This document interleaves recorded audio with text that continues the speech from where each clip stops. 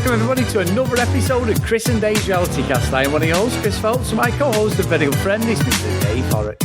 Hey there, Chris. It's great to speak to you for our bonus episode again, covering a bit of Bachelor episode 3, or Bachelorette rather.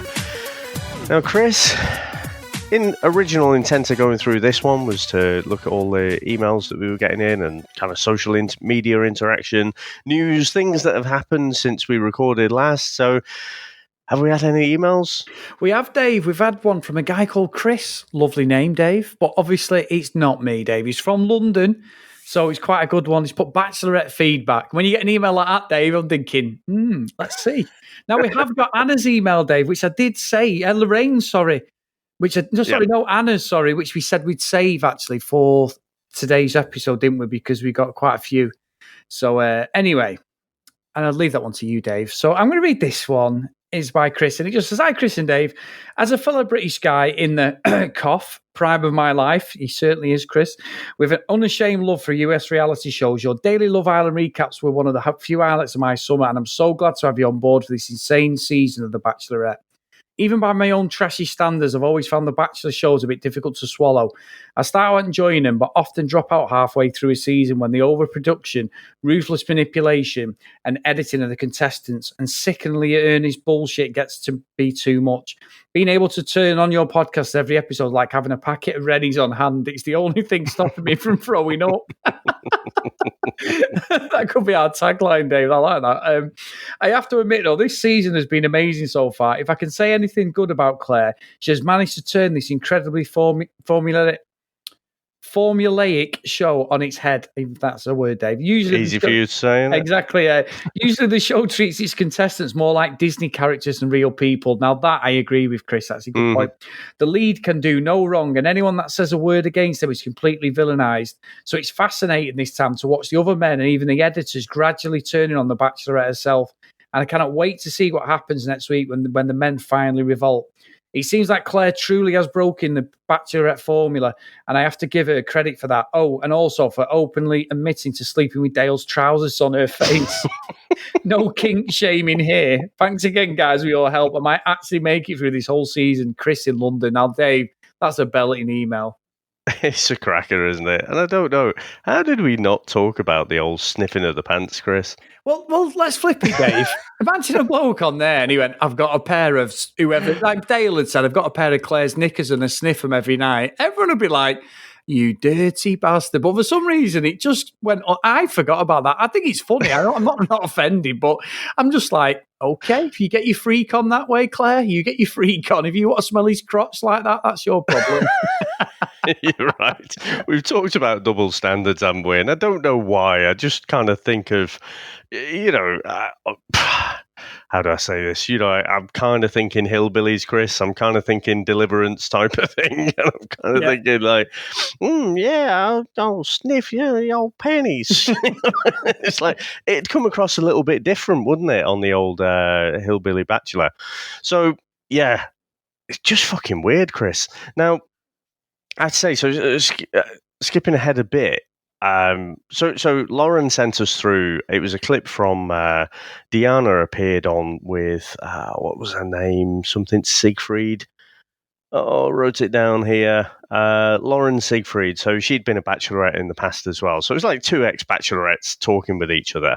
And so Deanna was sort of getting called out for that, the old sniffing of the pants. And she said, well, Claire had handed the pants to him, and that's why she gave him a good sniff. But it just looked like the way they cut it just looked like she was sniffing away, and all the mates were around the house laughing at her, from what I could tell. But I don't know. I just think, well, it's weird, isn't it? Just having a good old sniff. I think it's weirder. Dave. I think it's weirder, right? Claire handing her the pants to sniff. Yeah, that was just. Yeah. And then Deanna actually saying, okay, I'll get my nose right in there and give it a good old sniff like. So, I mean, there were lots of opportunities to duck out of that one. I mean, you must have had that in the past, when you're early in the relationship, say, and I've had girls like say, sniff my t-shirt or something like that and say, "Oh, this smells of you." But these were apparently, just pants. And when I say pants, I have to say to you, Chris, the part of the world that I'm in, so southern UK at the moment, pants means underpants. Yes, it does. So just to be clear, we are talking about like trousers, let's say. But, I just find it very strange. Apparently, Dale gave them this for a present. Remember when they had to go back to their room to, find presents? I thought Dale had given her some like perfume or something like that. But apparently, he sprayed it all in cologne and what have you. So that's why it was smelling nice, Chris. What the fuck? What a cheapskate, Dave. You know what I mean? Come on. But for me, that's not. We all have our own aroma, don't we? Yeah. Good or bad. Yeah. Yeah, good or bad. But you all have that own scent. So I can believe if you've got that connection with someone, it's not just the cologne that you wear. Whereas this is like he's just sprayed some pants with some, probably expensive men's aftershave and gave her that. So all round, I just find it really weird, Chris. But fucking hell, amusing. Oh, it's totally amusing, Dave. Totally amusing. And and actually, Dave, I got our email wrong there. It wasn't Anna. It was our good friend Lorraine. I know, but sometimes I just like to sit quiet and just make you like fumble. Sorry, Anna and Lorraine. No, it was Anna. No, it was Lorraine. No, it was Lorraine. Anna. Yeah, whatever. Yeah, it was Lorraine. Our good friend Lorraine's actually joined our Facebook group now, Dave, as well. Hasn't she? Yeah, welcome aboard there. And everyone else wants to join, get over to our Facebook page, CD Reality Cast, and we're all there chatting. And it's a private group just for us guys who love and talk about reality TV. Now, Dave, would you like to read this one out? Sure. Like Chris said, this one's from Lorraine. It says, "Hello to my favourite podcasters. I have to begin by quoting Chris. This season is shit on toast." One of my better quotes, Dave. That's one for the Blu-ray cover. However, I wouldn't have it any other way, and it is great TV and popcorn worthy. The situation with Joseph was so staged and so fake, just like Claire. She creates drama and plays up to the camera. Suddenly there is a car out of nowhere waiting to send him home, and then all of a sudden, Dale appears to comfort her. What bullshit. Claire has huge issues and is so attention-seeking. She continually creates drama out of something minor and then plays the victim, cries and manipulates the men around her. It's like she is on an audition for a crappy daytime soap opera. Dale is also a fake and is a player. They deserve each other. I will now quote Dave and say that the relationship won't last the journey to the airport.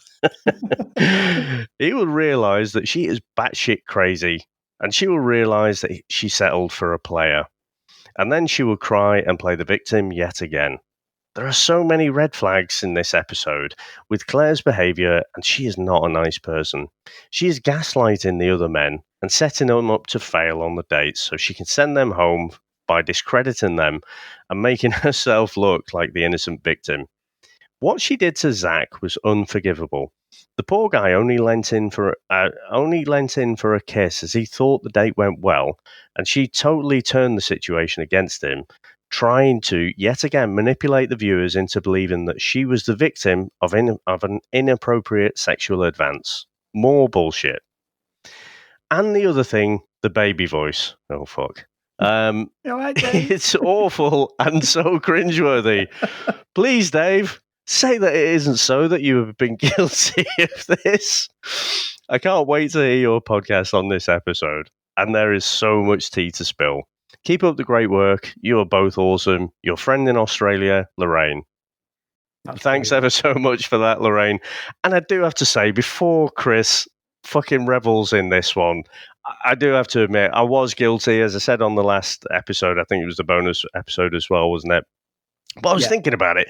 I was thinking, Christ, this is like 25 years ago, Chris. This is 24, 25-ish years ago. So, it's a quarter of a century. I think I have to admit, it was something I did do, but I haven't done it for a very long time. So I've hanged my head in shame, but it was a long time ago.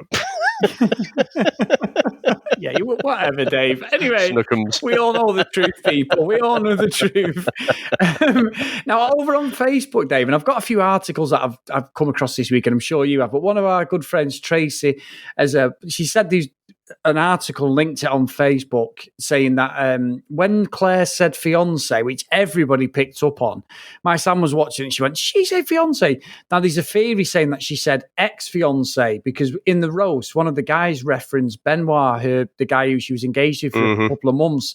And they're saying now that this is all part of this villainous edit. I'm not sure. I've seen it and I've seen the Reddit thing. It looks like she says it, but obviously it's a bit flaky. The sound and everything, Dave. It could be. I'm not saying they can't manipulate because obviously this week has been damage control because whatever we think of Claire, that whole thing with Dale has just completely messed the show up. So the people who produce the show, the presenters, everything else, the network, they're not gonna be nice to her, are they? Because she's ballsed up a TV show that could potentially get them millions of ratings because we're in lockdown. So I can sort of understand why they've gone on the attack slightly with her. But if she has said that, then that is a bit naughty, that, Dave, to be honest. As much as I'm not a big fan of Claire, I don't necessarily think that's good form, but it doesn't surprise me. Yeah. So, and you know what? We have to wait a few days, don't we? Because each day after that episode is aired, Chris, I'll catch a bit more on social media, on the news and stuff, and have a slightly different perspective. So I think, I don't think there was any coming back. A couple of days after the show aired, I was if we'd have recorded then, what I would have said is almost all of the podcasts where you've got ex-contestants and things like that, a lot of them are 100% behind pretty much everything Claire has done. And I was quite surprised about that. So the Zach situation, the Joseph situation, they only really were speaking badly about what the guys were doing and seemed to skate over completely the things that Claire was doing. And so I was thinking, hang about it, the guys are getting a bit of the short end there. And as kind of Lorraine had said in the email. However, that audio edit. Now, obviously, Chris, with what we do, and we've been doing it for a couple of years. That's probably over a couple of years now. Getting on for 3 years, isn't it? Or approaching. So we do a lot of audio editing. So you can actually, you get used to hearing those clips and those cues, and you try and, if we fuck up something, really badly, we might edit it out. Otherwise, we're probably not asked, and it's just more work to edit. But you get used to, if you clip it wrong, then it just sounds off. Like the cadence, the rhythm of your voice, the tone of your voice just sounds a bit off. And probably the biggest example of that was, do you remember when we recorded? What was it? I think it was we were doing Batman and Robin or something, and I was doing it from a hotel room, and we lost my side of the audio, and I was trying to, in an empty room, trying to bounce off what you were saying, but then I gave up because when you just gave out this belly laugh, I was just sat there frustrated. I was just like, I've got nothing. I've got no jokes. I've got no idea what the hell I said to make you laugh like that. I was like, right, fuck this. But anyway, I've listened to that over and over, that clip, and I think there's something in it. I think Claire's voice sounds off when she says about ribbing on her fiance. The way she says fiance, it's not like she just goes naturally into it. So I can believe, and in fact, I'll go further than saying I believe. I do think it's right. I do think someone's clipped that. Yeah, you know what, Dave? It's funny because I've not really paid much attention to that, but you are so right about how you can change things. How many times have you messaged me and I messaged you and one of us at the podcast and go, "You've left that in," and we've gone, "Oh shit," because you forget, don't you? You're editing something and sometimes you're away with it. This is a TV show, Dave. They're far more clever than me and you. They've got the skills, they've got the tools to do it. If they've done it, then it is Paul's show, to be honest. And I've seen, sorry, yeah, and we can't see her voice. We can't see her lips moving, can we? No, we only get the back of her head. So it's not as if, you would notice. So say if you chopped out the video, or visually, you'd be able to see that there was a clip and an edit there. But you Yeah, can't see true. it because you can't see her mouth moving or anything. Could have took that fucking audio from anywhere. And I do think, that's, for me, I know the producers are trying to tell a story and they can clip things and edit like footage, but to do that intentionally misleading us and painting Claire in a bit of a crazy light, I would say. I mean, she's just met the bloke. It's all happened very quickly. I mean, it's happened quickly anyway, but it leads us to believe that she's talking about Dale and to refer to Dale as that fiance. And I think it's out of order. Yeah, I do think I will pick you up on one thing you said though, Dave. They're not pretending that she's crazy. Let's be honest here. Even though she might have been done over, she's fucking batshit crazy anyway, irrespective of the edit. I think so anyway. But well, I hope she's not listening because from what I've seen of her, fucking that word drives her fucking that triggers her. So you'll end up with a fucking. Have you got any pets? Head. Yeah, horse's head. We all know what happened in The Godfather. There's about 12,000 miles between us, Dave. I'll be pretty safe. I'll be a keyboard warrior for now. But anyway, what I would say, yeah, she's fucking crazy, Dave. I do agree, though, she's been done up there. But I was reading one of the articles. Chris Harrison had to respond because Claire on social media is responding to tweets and liking tweets that basically when people are implying on her timeline that she was forced off the show. But it's like, well, where would she have gone anyway? She's fucking delusional. Where would she have gone doing what she's doing? She's been completely disrespectful to all the contestants. The show in itself, she's met someone great. We all know it's bullshit. We all know. She's even swearing on family members' lives, Dave, that she didn't meet Dale. And you never do that. I'd love to say, yeah, I believe it, but she's been round the block too many times to think it. I still stick to my guns. I think she's an absolute blagger. She knew from the start that there was something with Dale. Would it progress? She may not have known, but once she got in there, she's probably gone, I actually really love this guy. And if they love each other, great. However, reading stuff online, she has had an engagement ring on, which she soon took off and dismissed. Dale lives on one side of America and she's on the other, and they've not been seen, heard, or any interaction. I know all the shows on, they sort of go blank, don't they? Because they don't like when we watched Love is not Love is Blind. Labour of Love. Labour of Love, and we had the Australian lad Harry and is it Francesca? They're not together now. But too hot to handle as well. Too hot to handle, sorry. And they were been a couple for like a year. They'd filmed it a year before it aired. So that could be one of the reasons, but I just don't believe anything. And I think Claire had to go, Dave. And I am so looking forward to the new Bachelorette. Yeah, and one of the things I keep hearing over and over again is that Claire is this strong, independent woman, and basically the producers have wanted to get rid of her because she was a strong, independent woman. I've got to be honest, Chris. I know strong, independent women, and Claire doesn't come across to me as that. She seems to need a lot of validation, a lot of words. I think she seems quite fragile, to be quite honest. There's a podcast, right, called the Vial Files, and an ABC executive, Rob Mills, was on there, and basically what this Rob Mills chap was saying was that the night that Claire didn't give out a rose. So in the pretty much at the end of the episode when and Bennett was saying to the lads, "Look, it's so early in the process. Trust the process. We're all still in with a chance." And then she didn't give anyone a rose and walked off with it herself.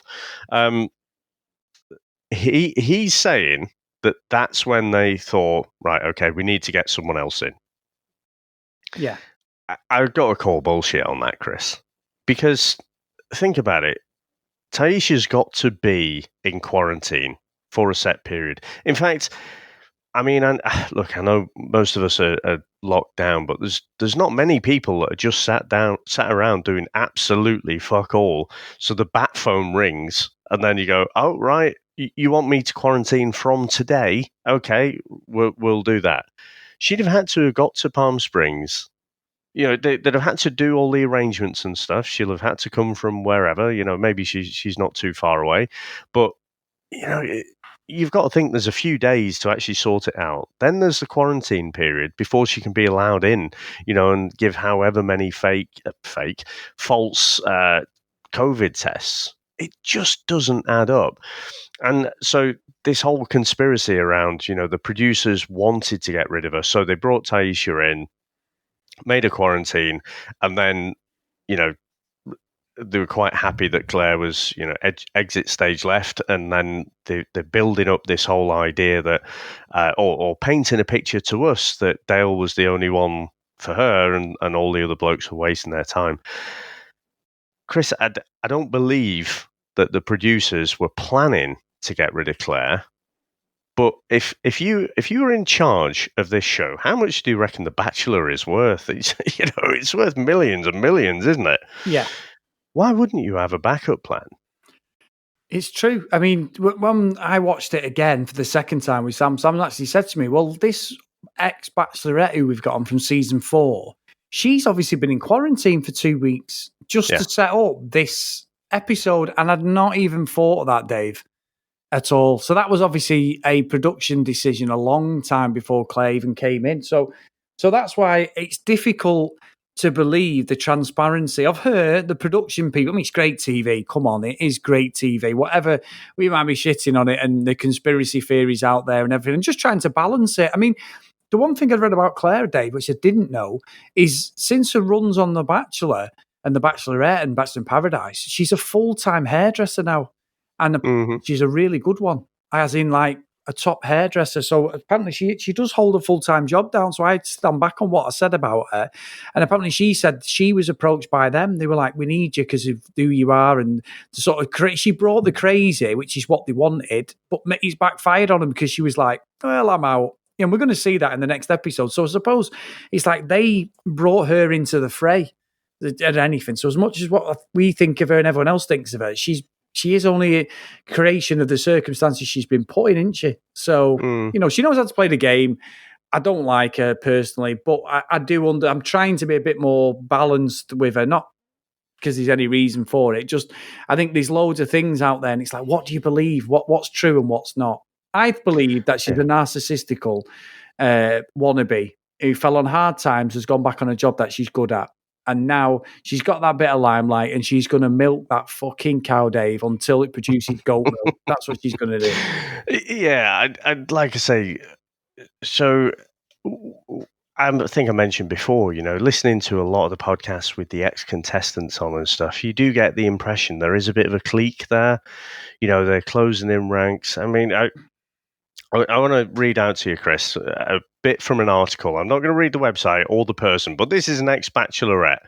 And she says, Claire stood up to Joseph like the champ she is. Do not stop me. I've listened to you this entire time. You know what? You are done.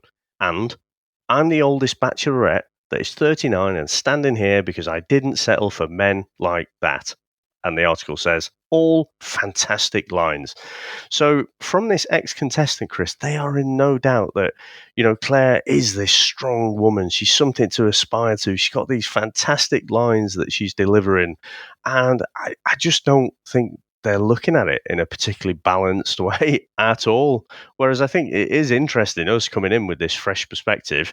We hadn't seen Claire's previous seasons. We've seen the clips and everything from Juan Pablo's season. It seems, from what I understand, the way that show went, she was a bit fucked over, so it seemed particularly unlucky. It is hard to know what the reality is. But what I did find, Chris, is when I look at all these ex-contestants and stuff who are making these quotes and everything, their Wikipedia page, generally it starts off something like, such a body is an American television personality known for, season whatever on The Bachelor or Bachelorette. So, you can't, or I didn't start off with this perception because, plenty of people who go on Love Island and stuff, they go on to do other stuff, and they're famous for being on Love Island, aren't they? So, it's similar to that. But, for me, it's a bit of a stretch to call them a TV personality. And I just think, it must be quite addictive, to be in that limelight. And, you can see that, who was it? Was it Brandon?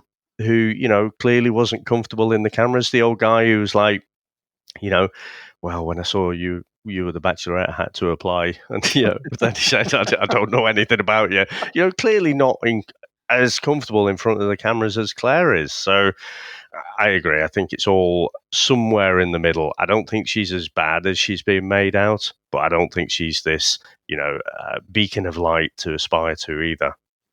Yeah, I think you're right, Dave. I think it's the full stop's got to be. They can't, and I think you hit on a good point. They can't drag this fucker out again for another episode. I mean, we see a bit of amateur dramatics. We see Dale's got suited and booted. She's crying away and all this, and I'm like, come on, don't drag it out. Get her off the show within the first 15 minutes and let's move on. We can't have this whole thing with Claire, can we? Unless Dave, the whole, like the guys were saying, let's just walk off. Whether that's true, I don't know. It's been great, and it's been a proper experience just watching Claire absolutely just destroy the format of the show and just go, you know what, fuck all these, I'm doing what I want. I don't necessarily think she's a nice person. I keep saying that, I know, but it's been great TV. And I think the amount of discussion about her, Dave, online is unbelievable. Yeah. Now, Chris, I have to say, I think lots of people I've heard are saying Claire's coming in for all this criticism that, she's wasting the guy's time and this, that, and the other. But, she has to follow her heart, right? Chris, if we saw that she developed this connection with Dale and we saw that relationship grow as, happens in life, happens to a lot of us, I think we'd all be behind it, wouldn't we? It's the fact that none of it rings true. Yeah. The fact that from that first, from the moment he stepped out the limo, it seemed like it was all just a foregone conclusion what was going to happen. And actually no one else had a chance. So it sounds like, it's less of, well, she's in love, so, just let her be with it. It's more kind of like, well, you've gone into this show under a completely false pretense. That's why you've wasted people's time, and that's why I can't defend it. Yeah, I think that is the absolute full stop on it, Dave. That is the best description you can say about it. We knew from the start it was fake, and it's just played out exactly as everyone said. And for every argument and every denial Claire's put on, this is going to prove everyone's point. And I think that's the problem, Dave. And obviously she's not very, very likable, to be honest, when you read a lot of the thing. And I don't want bullying to go against you and hate or anything like that. But just watching what we've seen, it's fucking brilliant. It really is amazing. It's great, isn't it? It's great. It keeps us talking. Oh, and God, yeah. Can I just say as well, Chris, because I want to pick up on some of the other points as well. Because I wasn't particularly happy listening to the podcast I was talking about before, the VR files, and even this ABC executive, right, called Joseph out. I can't remember. I don't think he called him a scumbag, but basically, something quite similar, And yeah. I thought that's a bit harsh, because from that scene, and again, right, when he was going off and talking about, guys, you can have her and whatever, and what was it? He was shouting. It was pretty horrible, wasn't it? Once he'd snapped, it was fucking horrible what he was doing there. Yeah. But I didn't like how everyone was just skirting over Claire's role in that whole thing. I said at the time, she was the one who chose to escalate that about, I'd never want, my child to be have a father like you. That was when she blew up and escalated the whole thing. So I think when I was thinking about what have I got to say on the bonus episode, I was going to say, to me, it's a bit more 6 of one, half a dozen of the other. No, Chris, it seems like he is a bit of a scumbag. So, I'll tell you why. So, it was actually a podcast, right? So Reality Steve. So I don't listen to all this stuff, but some the things of interest, I'll go on there. And I think Lauren had mentioned this the other week about one of Yosef's exes, right? And this is like a bit of a Snapchat type ex.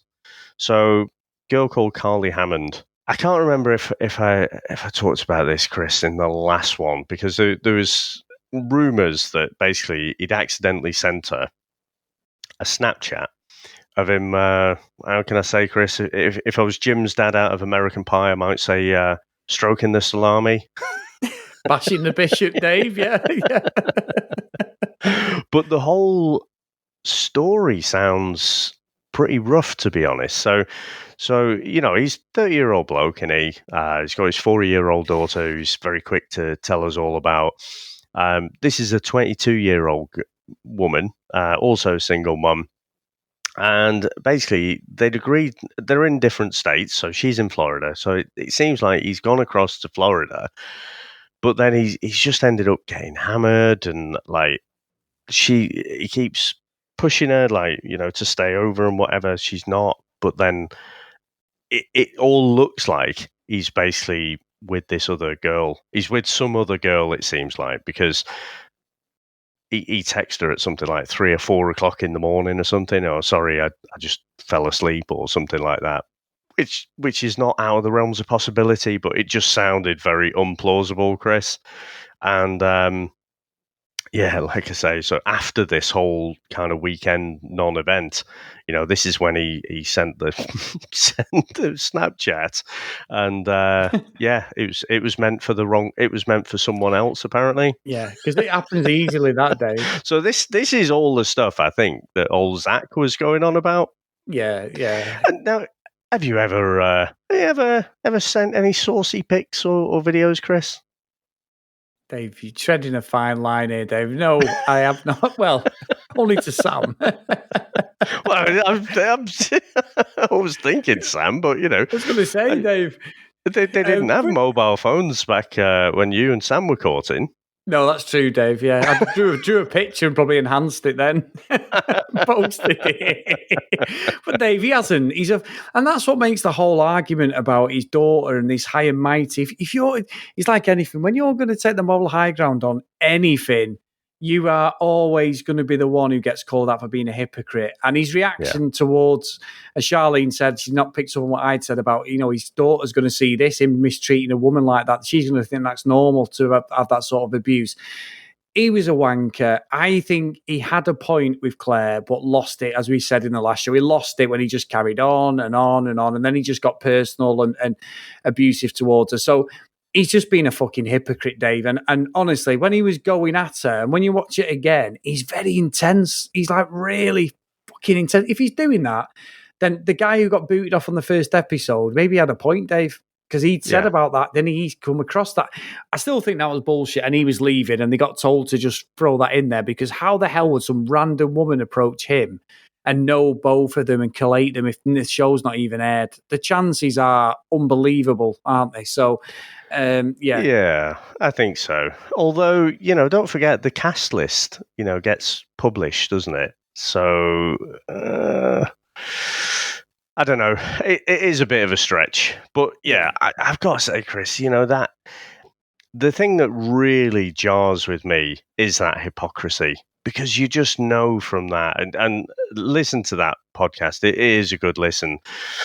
I think the hypocrisy just comes over so much. Like you say, it was bad enough from that scene that we saw, talking about how being an example to your daughter and then acting like a complete prick. There's hypocrisy in that, but he does seem like a massive hypocrite. One of those people who will tell you exactly how you should be living your life and then be doing stuff that's worse. I just honestly, Chris, can't fucking stand people like that. That's exactly what I meant, Dave. Just a fucking blag merchant, innit? Them evangelists, innit? Touch the screen, but give me $1 million. Yeah, okay, mate. Yeah, really? Okay. But anyway, Dave, I think I haven't got anything more for today's episode, Dave. We've seen some cracking discussions again, some great social media and emails from everybody just to justify this bonus episode. And the Facebook page is live and it's proper firing every day, Dave. It's brilliant. It is good. I mean, I can't get on there all the time, but it's hard to keep up with it. Sometimes I'll kind of go back, but yeah, there's some great tea, as the kids would say, Chris, on there.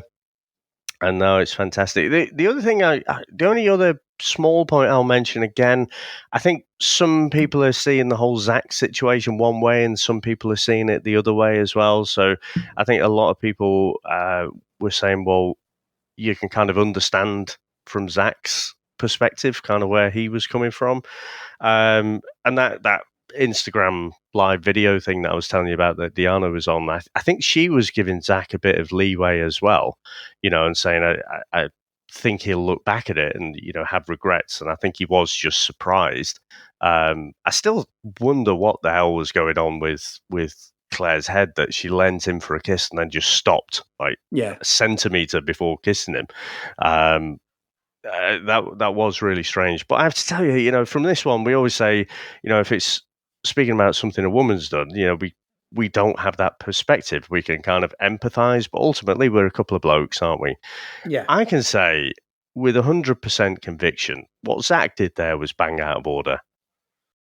Chris, you would never, would you? If someone backs away like that, and even if, you already had your hand there, you might want to try and draw her in closer, to just basically say, look, I do want to kiss you. But as soon as she starts to try and pull away, you fucking let go. Yeah, you're done then, Dave. The moment's lost. Yeah, it was the fact that he was persistent with it. And even when he was out of the pool, he was trying to do it again. So for me, no, he was bang out of order. And I think, like I say, I've seen many comments the other way, kind of looking more at Claire's role, but I can understand Claire in that situation. And again, if we take at face value that she has been in this abusive relationship, then yeah, that sort of shit's going to trigger you. Yeah, I agree. I think the first one I can sort of go with. I don't necessarily. I was uncomfortable with that straight away, but the second one, when he sort of grabbed the head, I was like, no, you don't do that. You don't do that to anybody. That's just, and you could see she had a look. Whether she baited him into it, Dave, is obviously open to suggestion. We've had a few people say that, haven't we, today, and on Twitter and Facebook and that. But yeah, the second one was like, mate, give it up. You're not getting the kiss. And at that point, you knew he was going. There was no way he couldn't redeem himself at all at that point. Not at all. No, and the only surprise for me was that they let it drag on a bit. I just thought that was weird. They let him get changed and stuff. No one from security jumped in or anything. That was the only surprise for me. So hopefully, but we're going to get Taisha. I hope, like you said, Chris, they're not going to drag it out to the right at the end episode. And actually, I said I had one final point. The last thing I've noticed from the social media verse, few people calling out, Chris, the fact that when Taisha turns up, she's doing that kind of iconic getting out of the pool in a red bikini type move, and so they're over sexualizing her. What do you think of that? just I've got my imaginary little fish hook here. I've just cast out the net and I'm just winding it in now. Yeah. Go on, couple of things, Dave. A couple of things. Fuck you for leading me into that question. And yeah, well, let's just see how it plays out, Dave. I'm completely ignoring what you said. Well, I thought that perspective was interesting. It didn't occur to me. Because why, Chris? Because every time someone comes onto bloody Love Island, it's kind of like that. So I think for us as watchers, it didn't even resonate to me. I didn't even think about it, the fact that they're sexualizing her. But I guess normally when a bachelorette comes in, she's in like a fancy evening gown type of thing, isn't she? So, she's looking all glamorous without being sexualized. So I think the regular Bachelorette crowd are a bit angry about it, Chris. Whereas for us, like I say, just like Love Island, isn't it? That is just how they're introduced. Yeah, no, it didn't even pick up on that at all. But yeah, that's a very good point. So, Dave, as we've discussed today, over this episode is created by you guys talking to us, emailing us, Facebook, whichever way you want to get in contact with us. Keep your emails coming in, guys, and your tweets, Instagram message, everything. So if you want to follow us on social media, as always, at CD RealityCast on Twitter and Instagram. If you want to email us, cdrealitycast@gmail.com. And if you do get a couple of minutes, drop us a review on the show, guys, and your podcast catching up. So, Mr. Horrocks, it's been another great week with The Bachelorette. We've only got a few more days until the next episode. And let's hope we get a few fireworks. Well, it is a Thursday night, isn't it, next week? So because of the election, it's going to be late Thursday night. So we'll release our episode on Friday next week. So we'll just have to keep going that little bit longer, Chris. Yeah, that's the one, Dave. Double bubble. So I'll see you next time. Bye now.